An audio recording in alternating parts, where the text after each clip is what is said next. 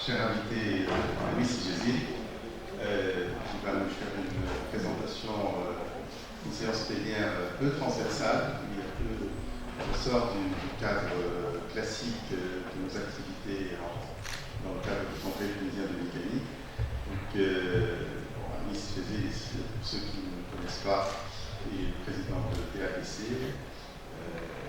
Et bon, il est ingénieur de formation, il est ingénieur de l'INI. Il a également fait d'autres formations en management et en business. Et il a fait un passage aux États-Unis. Il a également dirigé une grande entreprise, si nous ressentons en mécanique de précision, quelque chose comme ça. Donc pas très loin de ce que nous faisons. Et il a également une mission de conseiller au niveau de la présidence, certainement après la Révolution. Voilà, donc il va nous parler d'opportunités de collaboration avec l'Afrique de manière orale, hein, donc, et en discutant avec Miss Paris Saint-Gelais, ce qui l'intéresse le plus, c'est la synergie qui peut se faire entre nous. Donc, il va parler, et après, s'il y a des choses qui nous intéressent, on va s'échanger. Voilà, c'est comme ça. Donc, je donne la parole à Miss. Peut-être qu'il se présente plus. Bon, c'est bon. Ouais, c'est bon. Ouais. Ouais. Merci, Sitar. Bonjour à toutes et à tous. Donc, merci de votre présentation. Je suis honoré d'être parmi vous aujourd'hui avec l'École nationale d'ingénieurs de l'Est. Je suis ingénieur aussi de l'École nationale d'ingénieurs de Tunis de promotion en 1992. Sauf que je n'ai pas fait de mécanique, j'ai fait génie électrique.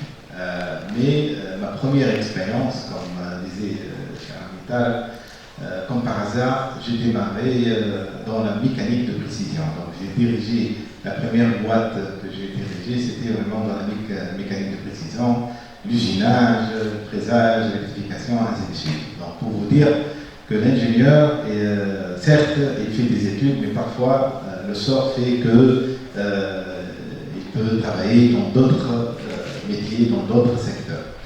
Voilà, je suis là en tant que président, aussi membre fondateur de TABC. TABC, c'est Tunisian Africa Business Council, c'est le Conseil d'affaires tunisien-africain. C'est une organisation non gouvernementale, on peut dire une organisation panafricaine aussi, qui a été fondée en 2015. En fait, j'ai fait une expérience très enrichissante en tant que conseiller économique du président de la République 2012 jusqu'à fin 2014, durant laquelle j'ai travaillé beaucoup sur le dossier africain, ce qui nous a mené à créer cette organisation.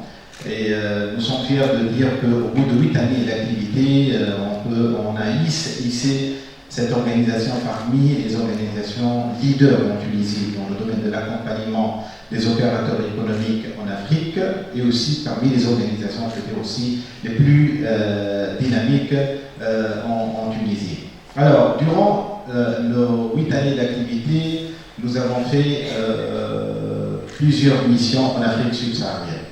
On a dépassé les 30 missions, on a sillonné l'Afrique de l'Ouest, l'Afrique centrale, l'Afrique de l'Est, mais bien sûr nous avons concentré notre activité sur l'Afrique de l'Ouest, l'Afrique francophone, c'est tout à fait normal, étant donné les liens historiques entre la Tunisie et surtout l'Afrique de l'Ouest. Lorsque je dis l'Afrique de l'Ouest, l'exemple de la Côte d'Ivoire, le Sénégal, le Burkina Faso, le Niger, le Mali, le Cameroun, ainsi de suite. Aussi, durant l'activité de TABC, on a organisé aussi beaucoup de forums économiques africains en Tunisie. On est très connu par ce forum qui est FITA, ce que vous êtes en train de voir ici, c'est Finance and Investment and Trade in Africa. Aujourd'hui, il est positionné parmi les plus grands forums africains organisés en Tunisie. On a organisé l'année dernière la 5e édition, le 25 mai 2022. Nous avons reçu pas moins de 500 CEO de 45 pays africains avec une dizaine de ministres. Et l'objectif de ce forum, comme nous, on essaie d'y aller vers l'Afrique, on essaie aussi de faire venir l'Afrique en Tunisie. Donc, comme je disais, la mission de TABC, de notre organisation, c'est comment accompagner les opérateurs économiques tunisiens en Afrique, et surtout en Afrique subsaharienne. Aujourd'hui, si je suis là à l'invitation de l'ENIM et notre ami Tar, c'est pour vous parler un peu de l'Afrique. D'accord ? Moi, comme vous, je suis ingénieur.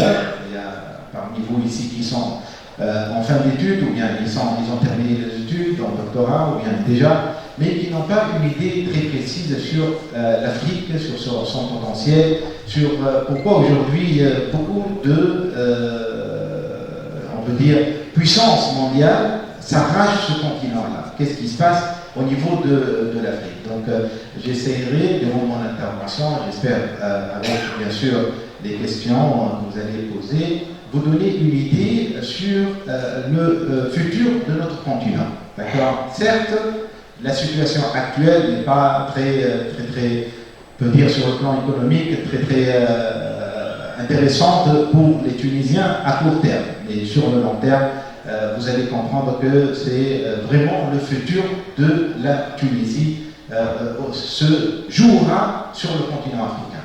Alors, je vais commencer avec quelques chiffres des échanges commerciaux de la Tunisie avec l'Afrique. On a, comme vous le savez, depuis les années 70, la Tunisie, elle regarde vers le nord, donc on a développé beaucoup d'échanges avec l'Europe. Nous avons 75% de nos échanges qui se font avec l'Europe. Avec tout le continent africain, on est seulement à 10%, y compris le nord africain. Donc, si on enlève les 5 pays du Nord-Afrique, nos échanges avec l'Afrique subsaharienne, ils sont seulement à 2,7%. Lorsque nous avons démarré l'organisation TABC, nous étions aux alentours de 600 millions de dinars d'échanges avec l'Afrique subsaharienne, ce qui est un chiffre, on peut dire entre guillemets, très faible. Au bout de 8 années d'activité, on a pu doubler. Donc on est aujourd'hui à un niveau de 1,4 à 1,5, on a même plus que doublé. 1,4 à 1,5 milliard de dinars d'échanges avec l'Afrique subsaharienne. Et lorsque j'ai dit 1,4 à 1,5, on est encore à 3% de nos échanges avec tout le monde. Si on ajoute 7% du Nord-Afrique, on est toujours au niveau aujourd'hui de 10% d'échanges avec le continent africain. Donc c'est un chiffre, oui, faible, mais aussi derrière, il y a énormément d'opportunités. Pour vous donner aussi le chiffre sur le continent africain, le continent africain, comme vous le savez, c'est parmi les plus grands continents avec 30 millions de kilomètres carrés. C'est un continent qui peut regrouper l'Europe, les États-Unis et la Chine ensemble, pour vous donner un peu une idée de notre continent. Sur ce continent vivent 1,3 milliard d'habitants, mais d'ici 2050, le continent africain, on va y arriver à 2 milliards d'individus sur le continent africain. Et le plus important, c'est que 60% de ces 2 milliards d'individus sont des jeunes de moins de 20 ans. Donc, ça va être le continent le plus jeune. Ça, première chose. Deuxième chose, sur les 10 pays dans le monde, en termes de croissance dans le monde, il y a 6 pays qui ont les plus de croissance qui sont en Afrique. C'est la Côte d'Ivoire, c'est Kenya, c'est Éthiopie. Si vous vous rappelez très bien, l'Éthiopie, dans les années 90, c'est la famine, on essaie de les aider, tout ça, mais nous avons fait une mission en Éthiopie, ça fait 2 ans, c'est un pays qui a complètement changé. Aujourd'hui, c'est parmi les pays émergents, avec des taux de croissance qui dépassent les 8%. Donc, pour vous dire qu'aujourd'hui, le continent africain est en train de drainer aussi la croissance mondiale. Étant donné, comme je disais, parmi les 10 pays, il y a 6 qui sont sur le continent qui ont des croissances qui dépassent les 6 et les 7%. Alors, vous me dites pourquoi? Est-ce qu'il y a une émergence du continent africain? Qu'est-ce qui se passe aujourd'hui sur le continent qui fait que sur les 5 dernières années, on peut dire, il y a une croissance assez importante dans plusieurs pays africains. Alors, premièrement, il y a un mouvement de libération du continent. Comme vous le savez, le continent africain il était sous l'emprise des puissances coloniales, à l'instar de la France, des Bretagne, Portugal, ainsi de suite. Donc chacun il avait un petit morceau du continent. Et cette emprise, elle est juste aujourd'hui, et on en parlera un peu de géopolitique sur le continent africain, mais ce qui est intéressant, c'est que pas mal de pays sont en train de sortir de cette emprise-là, à l'instar de la Côte d'Ivoire, qui est aujourd'hui une démocratie, Sénégal, bien sûr, Macky Sall, il s'apprête, après 2 mandats, à faire passer le flambeau à un autre président. Ouattara aussi a glissé à 3e mandat en Côte d'Ivoire, mais il est en train aussi de préparer le passage du flambeau. Le Ghana, qui est une grande démocratie. Donc là où les pays commencent à sortir un petit peu de cette emprise-là et la mise en place d'une certaine démocratie et de liberté, c'est tout à fait normal que le pays démarre en termes de croissance. Alors, ce qui s'est passé dans le passé, c'est que ces puissances coloniales qui avaient une emprise sur ces pays africains, ce qui leur intéresse sur le continent, c'est sa richesse du sous-sol. Le continent africain est le plus riche en termes de sous-sol dans tous les minerais que vous connaissez, cobalt, fer, manganèse, cuivre, tous les métaux ferreux et non ferreux, uranium, surtout au Niger, qui fournissent les centrales, surtout de la France. Donc, les puissances coloniales, tout ce qui leur intéresse, c'est les richesses naturelles. Donc, ils sont là, ils étaient là durant des décennies. Ils ont mis en place des pouvoirs qui sont vraiment proches de ces pays coloniaux, et tout ce qui venait, ils prenaient les richesses. Ils n'ont pas contribué au développement du continent africain. Alors là, pas du tout, aucun transfert technologique, rien de rien. Donc, on sent qu'aujourd'hui, sur les 5-10 dernières années, il y a presque une certaine révolution sur le continent africain, une prise de conscience qu'il faut arrêter cette, on peut dire, emprise coloniale. Il faut arrêter aussi de puiser sur les richesses naturelles, et il faut surtout travailler dans une coopération sud-sud, dans une coopération win-win, et essayer de faire bénéficier les populations africaines de la richesse du continent, ce qui malheureusement n'est pas le cas jusqu'à aujourd'hui. Mais on est en train d'évoluer, on est sur un train très intéressant, et c'est pour ça aujourd'hui, toutes les puissances mondiales sont en train de s'arracher l'Afrique. Donc vous êtes en train de voir, par exemple, la Chine, ce qu'il est en train de faire en Afrique. C'est extraordinaire. Des investissements énormes, certes, bien sûr, dans un objectif clair pour la Chine. Ils ont besoin des minerais pour faire travailler les usines chinoises. Donc, ils prennent tout ce qui est minerai, tout ce qui est transformation se passe en Chine pour faire fonctionner une grosse machine industrielle chinoise. Mais la Chine aujourd'hui contribue au développement du continent avec beaucoup de projets d'infrastructures, de chemins de fer, d'énergie, et ainsi de suite. Donc, certes, il y a, mais de l'autre côté, il y a aussi un contrepartie. D'accord ? Bien sûr, les forces coloniales traditionnelles, telles que la France, la Bretagne, l'Espagne, le Portugal, et ainsi de suite, ne vont pas lâcher le continent. Il y a des intérêts extraordinaires sur le continent qu'ils ne peuvent pas les lâcher. Donc, on sent qu'il y a beaucoup de tensions entre les différents aujourd'hui protagonistes qui sont sur le continent. Alors, quels sont aujourd'hui les acteurs majeurs qui s'arrachent le continent? Bien sûr, il y a les Américains, il y a les Chinois, il y a les Européens. Les Turcs qui viennent, bien sûr, ils se positionnent, mais réellement, les Turcs, c'est plutôt une guerre économique. Il y a les Marocains qui se positionnent très bien aussi, et il y a aussi les Tunisiens qui commencent à se positionner. Mais si on regarde un peu ce qui se passe entre le bloc américain, européen et de l'autre côté chinois et surtout russe, il y a une guerre d'influence terrible qui se passe sur le terrain aujourd'hui. Et malheureusement, des démocraties naissantes telles qu'au Burkina Faso, telles qu'au Mali, tel qu'au Niger, et espérons que le Niger peut être sauvé, tel qu'en Guinée-Conakry, ils ont été renversés à cause de cet acharnement des pays, cette tension qui est là pour s'arracher des intérêts sur ces pays-là. Donc on a vu dernièrement, durant l'année dernière, un putsch qui a été fait au Burkina Faso, un putsch qui a été fait au Mali et un putsch qui a été fait en Guinée-Conakry. Et ces trois pays sont liés essentiellement à la France.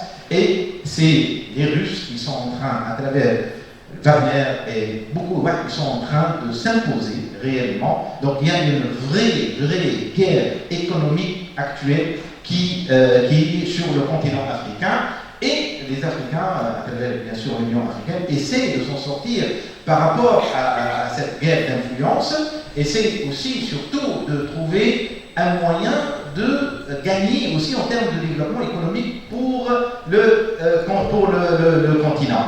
Ça veut dire quoi? Ça veut dire aujourd'hui, si la Chine, elle souhaite, comme je disais tout à l'heure, elle a besoin de certaines richesses naturelles, il y a une contrepartie en termes d'investissement pour les hôpitaux, pour les universités, pour les chemins de fer, pour l'infrastructure. C'est la même chose pour les États-Unis aussi, qui a mis en place un programme qui s'appelle Prosper Africa, avec 70 milliards de dollars d'investissement, donc c'est aussi un win-win.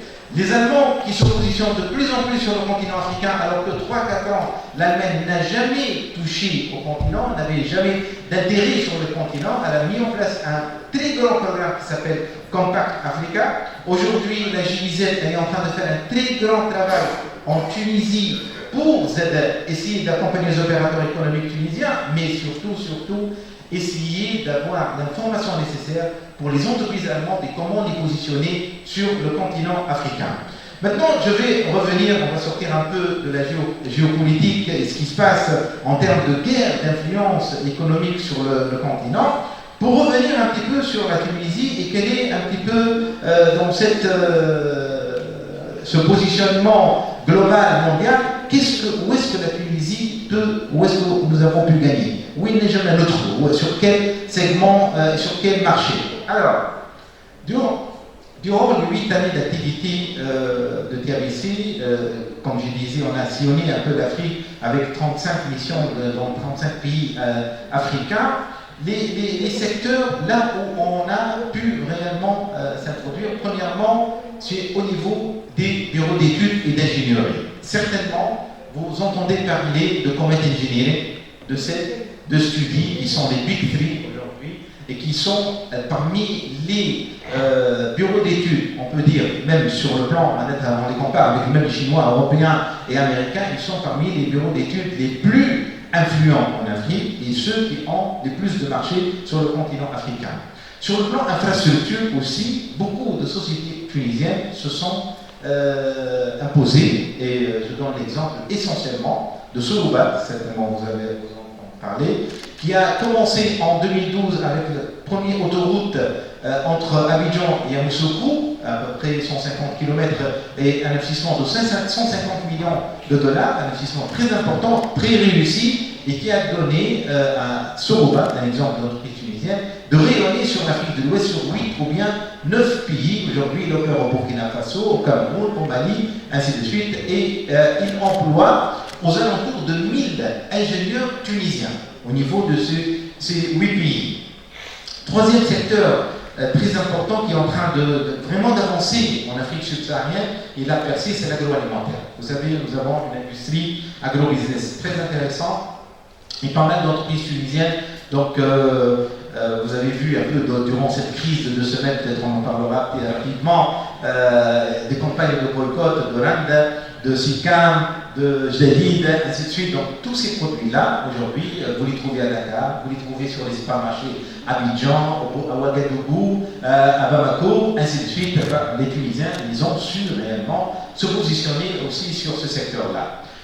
2 autres secteurs très importants qui ont pu percer en Afrique, c'est l'enseignement supérieur et la santé. 2 secteurs stratégiques pour la Tunisie. Vous savez, en termes de santé, aujourd'hui, la Tunisie dispose d'une infrastructure médicale très intéressante. Et même les Européens viennent en Tunisie, vu la qualité-prix, pour se soigner. Et là, alors, bien sûr, beaucoup d'Africains, je ne peux pas vous dire le nom, mais c'est des milliers d'Africains subsahariens qui viennent se soigner en Tunisie. Je souhaite ouvrir la parenthèse d'une expérience très intéressante que nous avons fait en Guinée-Conakry. En fait, nous avons fait notre première mission en 2018 en Guinée-Conakry. Et nous avons, en partenariat avec Tunisair, ouvert la ligne directe. Il n'y avait pas de ligne Tunis-Conakry. On a ouvert ensemble cette ligne-là. Et la question, lors de l'ouverture de cette ligne, comment est-ce qu'on va rentabiliser cette ligne? C'est bien d'ouvrir des lignes, mais il faut qu'il y ait un flux de personnes qui puissent venir dans les deux sens. Et le secteur le plus porteur pour rentabiliser cette ligne, c'était la santé. Alors qu'on s'est confronté à un grand problème parce que Guinée-Conakry, elle était très proche du Maroc et depuis des dizaines d'années, les Guinéens, ils se soignent à Casa, à Rabat, ainsi de suite. Donc, comment faire? Alors, nous avons trouvé, lors de cette mission, qu'il n'y a jamais eu de transfert technologique de savoir-faire des Marocains aux Guinéens lors de ces dizaines d'années d'évacuation sanitaire. Les Marocains étaient intéressés seulement pour faire fonctionner leurs cliniques et hôpitaux en Maroc. Donc, c'est là où on a trouvé l'astuce et on a créé avec des partenaires guinéens, premièrement un premier clinique tuniso-guinéen en kinésithérapie. Après une année, on a lancé un deuxième clinique tuniso-guinéen ophtalmologique à Conakry. Et troisième clinique, c'était cardiologique, c'est-à-dire qui a assuré un peu la formation des gens. Ces trois cliniques tuniso-guinéens, il y a eu de la formation des médecins guinéens par leur homologue tunisien. Donc il y avait qui ont comme un médecin chaque mois, il aille sur place et il essaie de faire, bien sûr, soigner et de faire des opérations, mais en même temps, il essaie de faire du transfert et de la formation des médecins guinéens. Alors, leçon de l'histoire, aujourd'hui les trois cliniques, ils sont, on peut dire, des fleurons en Guinée. Deuxièmement, on a pu avoir tout le flux d'évacuation sanitaire du Maroc vers la Tunisie à travers cette initiative-là. Donc pour vous dire que le développement avec le continent africain, alors il ne faut pas le regarder seulement qu'aujourd'hui les Tunisiens, ils ont un savoir-faire, nous avons une expertise, ainsi de suite, on va venir, on va arracher des marchés, revenir à la valise pleine et c'est fini. C'est pas ça. Alors celui qui souhaite développer avec le continent africain, il y a du win-win et il y a surtout du transfert technologique qu'il faut assurer. Donc maintenant je reviens à votre secteur de l'industrie mécanique et électrique. Alors sur le plan électrique, certainement vous avez entendu parler de STEG International. C'est une filiale de STEG qui a été lancée en 2008 ou bien 2009 en PPP, en partenariat public-privé. Et c'est une réussite extraordinaire en Afrique, STEG International. Elle a démarré son premier projet en Rwanda avec un investissement de 110 millions de dollars et des financements de la Banque africaine du développement. Et ils ont réussi ce projet-là, c'était une électrification de toute une zone. Et aujourd'hui, STEG International, elle est connue sur l'ensemble du continent. Elle dirige des projets partout dans le domaine de l'électrification. Maintenant, elle rentre dans le domaine de l'énergie renouvelable et elle emploie des centaines et des centaines d'ingénieurs sur le continent. Maintenant, sur le plan mécanique, on peut dire, et vous êtes des ingénieurs mécaniques, et ça reste encore le point faible du continent, parce qu'aujourd'hui, il n'y a pas une grosse industrie mécanique sur le continent. Là où le continent, en majorité, il n'y a pas beaucoup de transformation locale. La majorité des affaires qui se font sur le continent, là où c'est de l'importation, c'est du commerce entre les continents et l'Europe ou bien de Nord-Afrique. Petit à petit, on voit des embryons d'industries qui sont en train de sortir petit à petit et de se positionner essentiellement Abidjan, Accra, Rana, Dakar. Le pôle Kenya, Rwanda et toute cette zone-là aussi, il est en train d'avancer. Le pôle éthiopien, surtout avec des investissements lourds chinoises en Éthiopie. Donc on est en train de voir émerger une industrie mécanique aussi. Et pour la première fois, des voitures sont montées à Accra. Des voitures sont montées Kenya, à Nairobi. Donc il y a une industrie mécanique qui est en train de se mettre en place sur le continent. Donc je ne vais pas finir en vous disant que vous n'avez pas d'opportunité. Au contraire, le futur c'est pour vous parce que le continent africain, il manque énormément d'industrialisation et aujourd'hui il est en train de s'être industrialisé. C'est un continent qui va avoir 2 milliards d'habitants, ça veut dire 2 milliards quoi? 2 milliards d'habitants, premièrement, il faut qu'ils mangent. Donc, toute une industrie agriculture et agroalimentaire. 2 milliards d'habitants, il doit avoir... Où est-ce qu'il habite? Donc, toute un potentiel en termes d'immobilier, d'infrastructure, ainsi de suite, très très important. Mais aussi, c'est des gens qui doivent voyager, qui doivent rouler sur des voitures. Donc, vous imaginez un peu le potentiel qui s'ouvre entre nous, à la Tunisie, sur ce continent-là. Alors, je termine. Quels sont les points forts de la Tunisie? Quels sont les points faibles pour rayonner sur le continent africain et arriver à positionner nos industriels, nos ingénieurs sur ce continent-là? Première on peut dire point positif, la Tunisie dispose d'un savoir-faire, d'une expertise très très intéressante que nous pouvons exporter vers l'Afrique subsaharienne. Et on est très connus, on est très accueillis aussi, et ils savent la qualité des cadres tunisiens. Et il y en a, je peux vous dire aujourd'hui, sur le continent, on n'a pas les chiffres exacts, il y a minimum aujourd'hui 10 000 ingénieurs qui sont en train de travailler sur le continent africain.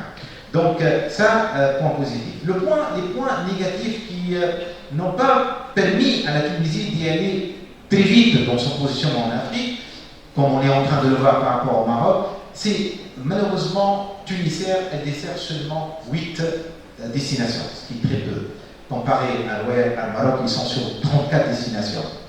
Deuxièmement, on n'a pas de banque importante qui accompagne les opérateurs économiques tunisiens en Afrique subsaharienne.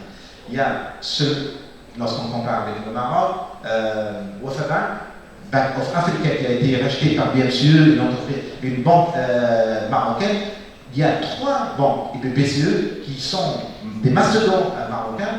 Là où vous descendez en Afrique, vous travaillez Wafa Bank, vous trouvez BMCE, vous trouvez Bank of Africa, ainsi de suite. Et ça permet vraiment aux opérateurs économiques marocains de puiser dans l'information de ces marchés-là et de mieux positionner les entreprises marocaines.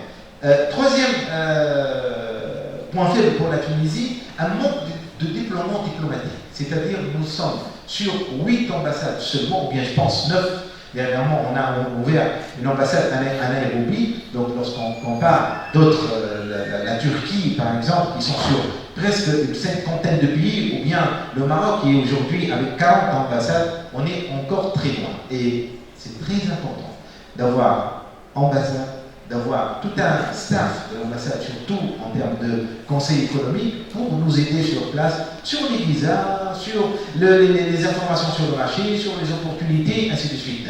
Donc, pour combler on peut dire, cette faiblesse et ce vide-là, TABC, elle a joué un rôle, c'est pour ça, j'ai dit tout à l'heure, on se positionne au bout de 8 ans comme une organisation leader en Tunisie parce que nous avons essayé d'aider l'État tunisien. On a fait beaucoup de diplomatie économique. Et là où la Tunisie ne dispose pas d'ambassade, nous avons créé des partenaires locaux qui puissent apporter un savoir-faire et accompagner les opérateurs économiques tunisiens. Là où on n'avait pas de banque, nous avons créé cet événement qui s'appelle FITA, financement de l'investissement et du commerce en Afrique. Et on a ramené tous les bailleurs de fonds internationaux et tous les bailleurs de fonds panafricains pour venir aider les opérateurs économiques tunisiens dans leur financement sur le continent africain. Je donne l'exemple. En Abidjan, lorsqu'on a démarré en 2015, il y avait seulement une dizaine d'entreprises tunisiennes installées à Abidjan. Vous savez combien aujourd'hui nous sommes à Abidjan? Plus que 100 entreprises tunisiennes sont installées à Abidjan. TABC a accompagné beaucoup d'opérateurs économiques tunisiens à investir, à lever des fonds. Je donne l'exemple d'un de nos plus grands investissements à Abidjan, appelé Souloubat dans le domaine de l'infrastructure, c'est la société SAFE. SAFE, c'est dans le domaine médical. Donc c'est un secteur aussi qui marche très très bien. Nous avons 4-5 sociétés tunisiennes qui sont leaders aujourd'hui sur le marché africain. Et c'est qu'elle a investi 21 millions d'euros pour une usine flambant neuve à Abidjan qui sera inaugurée bientôt. Comet, certainement vous connaissez, qui fabrique les bennes de camions, c'est de la mécanique et de la métallurgie. C'est un leader aujourd'hui en Afrique pour la construction des bennes pour les camions. Et là, on a levé dernièrement 5 millions d'euros. Il est en train d'installer son usine à Abidjan.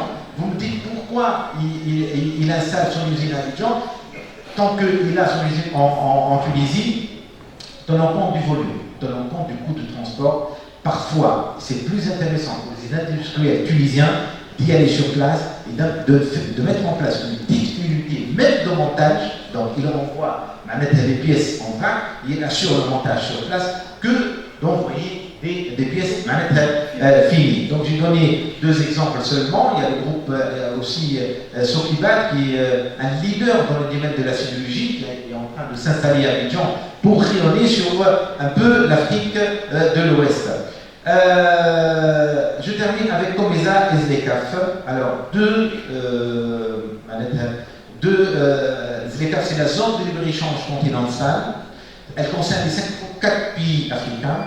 Donc, c'est un accord continental pour permettre, au bout de 5 ans, à ce que tous les pays africains puissent échanger sans frais de douane. Et ça, c'est très, très intéressant pour le continent. Ça va permettre de développer le commerce interafricain qui aujourd'hui, aux alentours de 15 à 16% seulement. Donc, il y a une opportunité de développement du commerce interafricain très importante. Et cette initiative de l'Union africaine, cette zone de libre-échange continentale africaine Inch'Allah, d'ici 5 ans, elle sera mise en place parce que le démantèlement douanier se fera sur 5 ans et chaque année, on va démanteler 20% des taux de douane. Au bout de 5 ans, tous les produits seront complètement démantelés de douane et ça va permettre d'attirer énormément d'investissements étrangers vers la Tunisie comme plateforme pour l'Afrique parce qu'ils veulent industrialiser le produit en Tunisie pour bénéficier des accords de Zlekaf et de l'accord Comesa. Comesa, c'est la partie ouest, 21 pays, c'est la Tunisie, Libye, Égypte, et on descend jusqu'à Kenya. Cet accord-là, il est aujourd'hui mis en place et la Tunisie bénéficie d'exportation de ces produits vers ces pays africains, ces 21 pays qui ont fait cet accord de Comesa sans paiement de taxes douanières. Et à partir de Comesa, je peux vous dire, nous avons pu introduire pour la première fois depuis une année des produits tunisiens aujourd'hui sur les supermarchés à Nairobi et Kenya. Voilà, c'est un petit overview de un peu l'Afrique, ce que TABC a pu faire, les opportunités, ouvrir un peu les horizons de nos ingénieurs mécaniciens sur ce continent, qui est le continent du futur, parce qu'il y a beaucoup d'opportunités, parce qu'il y a des possibilités d'emploi aussi pour nos ingénieurs sur ce continent-là, et parce qu'il y a aussi des grandes possibilités de mettre en place des projets communs avec le continent africain à partir de la Tunisie. Merci pour votre invitation. Merci Céline pour cette rétrospective, cette vision générale sur les possibilités avec l'Afrique. On a encore quelques minutes d'interaction s'il y a des questions dans la salle. Vous avez une micro ? Vous avez une micro ?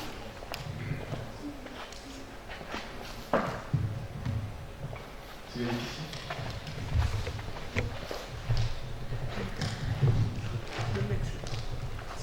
Merci beaucoup pour cet aperçu très clair et très complet de la situation économique et les potentiels de l'Afrique. Et j'ai une question très précise à vous demander.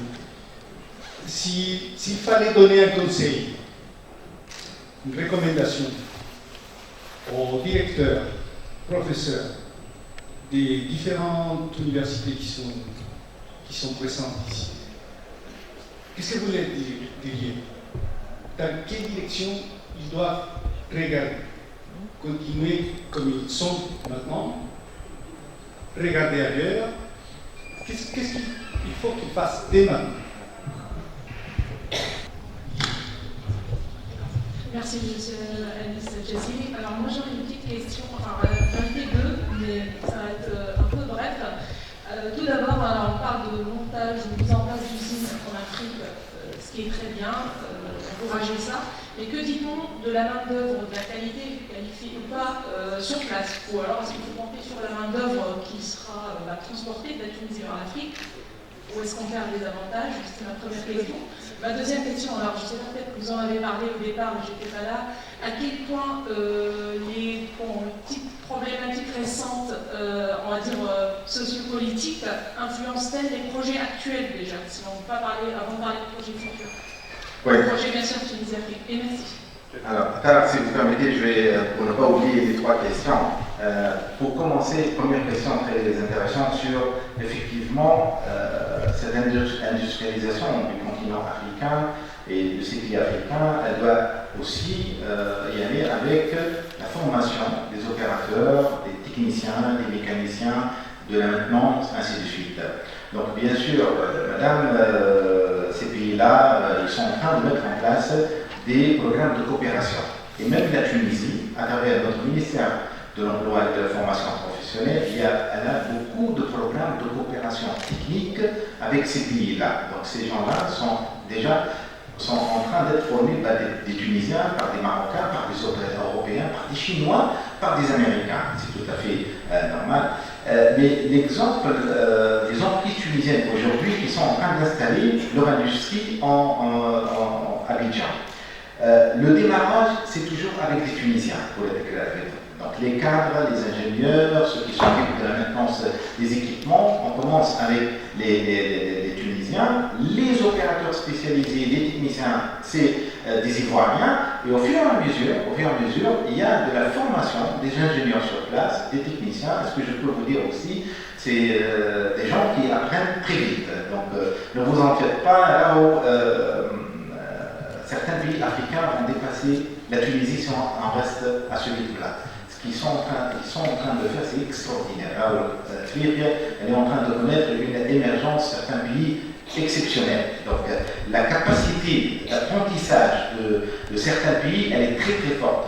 Ce que nous sommes en train de voir aujourd'hui en Côte d'Ivoire, ou la fille Rwanda, ou la fille Kenya, c'est vraiment d'accord. Donc toute cette industrialisation doit être accompagnée certainement par des programmes de formation spécifiques selon l'industrie. Pour revenir à la question de monsieur, aujourd'hui, s'il y a un domaine où le continent a besoin, c'est l'éducation et l'enseignement supérieur.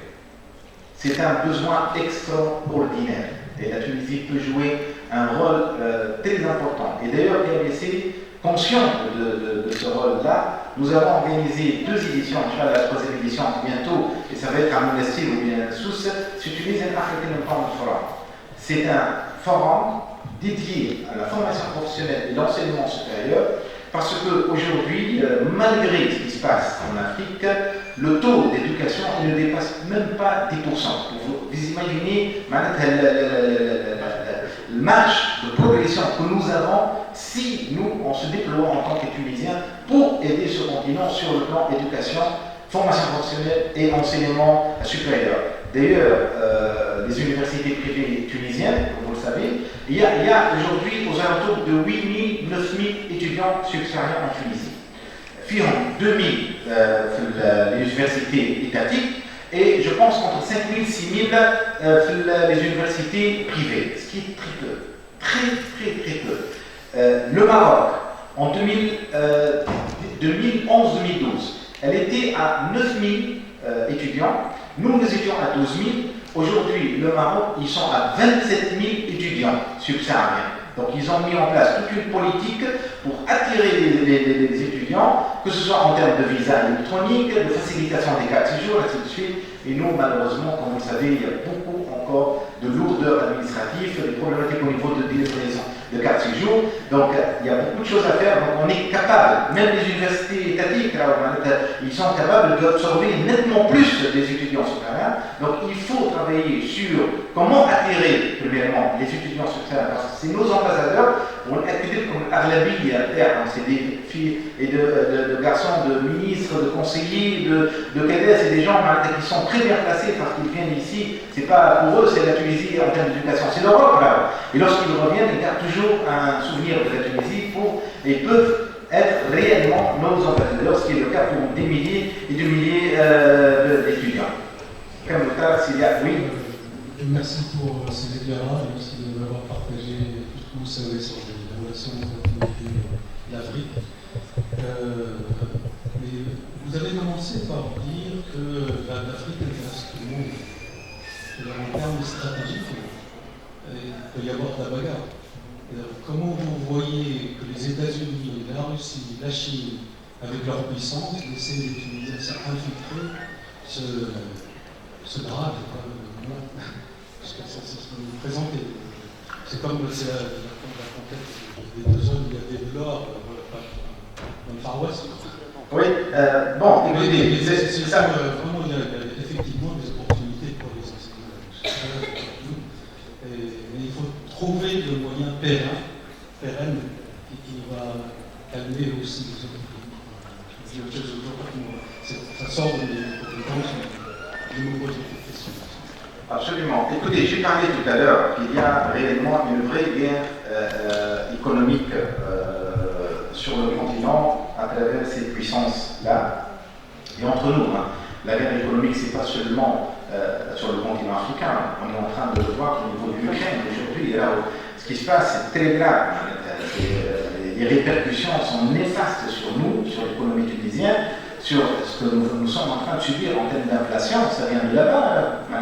On est à 10,4% à cause de cette guerre russe et ukrainienne qui est aujourd'hui une vraie guerre mondiale qui ne s'applique pas entre le bloc occidental traditionnel, représenté bien sûr par les États-Unis avec l'Europe, et le bloc émergent de l'Est, qui est la Russie et la Chine, et qui aujourd'hui ils sont en train de s'affronter réellement sur le sol ukrainien.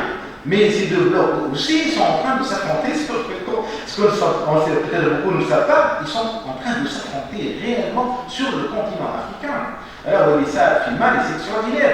Ils ont chassé la France du Mali, les Chinois et les Russes, littéralement. Ils ont chassé aussi la France de Burkina Faso. En Guinée-Conakry, ils ont failli le faire, mais heureusement la France, ils ont fait un putsch, ils ont mis en place. Donc il y a une très grande guerre économique sur le continent africain. C'est que des intérêts. Et votre question, comment la Tunisie va se positionner dans ce bourbier mondial? Donc oui, c'est une question importante, mais la Tunisie, à mon sens, elle n'est pas aujourd'hui en position, vu sa petite taille, de se positionner avec un ou bien l'autre. Elle doit faire sa propre politique, d'y aller avec notre histoire. Nous sommes un peuple tunisien qui est vraiment très apprécié par les Africains. Burkina Faso, il a laissé un héritage extraordinaire sur le continent. Comme Sénégal, à Dakar, l'avenue principale, c'est l'avenue Habib Bourguiba. Djibouti, il a participé, envoyé des médecins pour créer la première université de médecine Djibouti. Et partout, il a fait beaucoup de choses, à Niamey, au Niger, et ainsi de suite. Donc, on a un capital sympathie très important. Notre rôle, c'est pas dans cette guerre économique. On n'a pas les moyens de le faire. On a juste, sur certains secteurs, on doit positionner nos opérateurs économiques, on doit positionner nos ingénieurs, nos enseignants, en suivant un peu le trend sur ce qui se passe sur certains pays. Là où il y a par exemple une influence française, on peut y aller avec les Français. Là où il y a une plus d'influence américaine, on peut y aller avec les Américains. Bon, nous sommes des amis de tout le monde, on ne veut pas créer des... Mais, alhamdoulilah, pour vous dire, pour terminer sur une note positive, malgré les 2-3 semaines de crise majeure, malheureusement, suite au communiqué, nous avons fait, nous, KBC, un rôle très important avec les autorités pour faire un peu retourner la chose à la normale.